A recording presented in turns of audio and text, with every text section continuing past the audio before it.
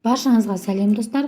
Бүгін мен сіздермен өте құнарлы дәруменге бай қазақтың ұлттық десерті женттің жасалу жолымен бөлісетін боламын. Ең алдымен өзімізге қажетті мөлшердегі талқанды осылай ыдысымызға салып аламыз. Оның үстіне қант ұнтағын саламыз. Бұл жерде қант ұнтағын емес, шекерді пайдалансаңыздар да болады. Жақсылап араластырып аламыз. Өзіңізге қалай ұнайды, солай қосасыздар. Маған кішкене тәттірек болғаны ұнайды. Сол үшін мен қазір бірінші дәмін көріп аламын. Маған кішкене жетіспейтін сияқты. Тағы да 1-2 қасық қант ұнтағын салып жібердім. Барлығын жақсылап араластырып аламыз.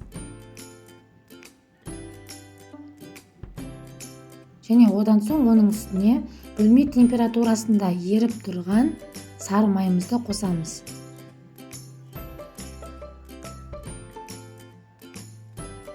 Енді қасықтың көмегімен жақсылап араластырамыз.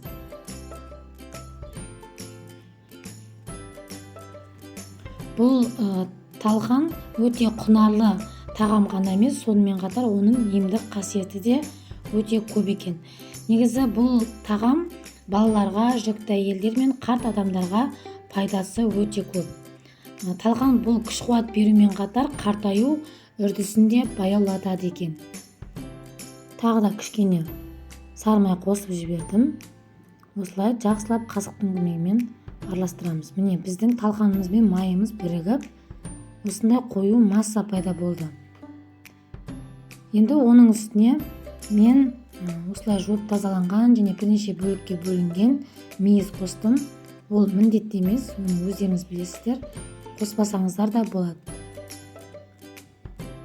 Осылай мейізді қосып жақсылап араластырдым. Осы жерде айта кетейін, менің каналыма тіркелуді ұмытпаңыздар. Басқа да видеоларымды жіберіп болмас үшін қоңыраушаны басып қоюды да ұмытпаңыздар. Міне барлығын араластырып болдық. Енді қолымыздың көмегімен осылай кішкене бөлігін алып, құрт сияқты осылай домалақтап жасап шығамыз. Егер өзіңіздің әртүрлі формаларыңыз болса, соған салып жасасаңыз да болады. Үй жағдайында өте жиі жасап тұруға кеңес беремін. Өте құнарлы, дәмді тағамдардың бірі. Міне осылай сопақшада етіп жасап, дастарханға ұсынсаңыздар болады. Дастарханымыздан осындай қазақтың ұлттық тағамы жент үзілмесін.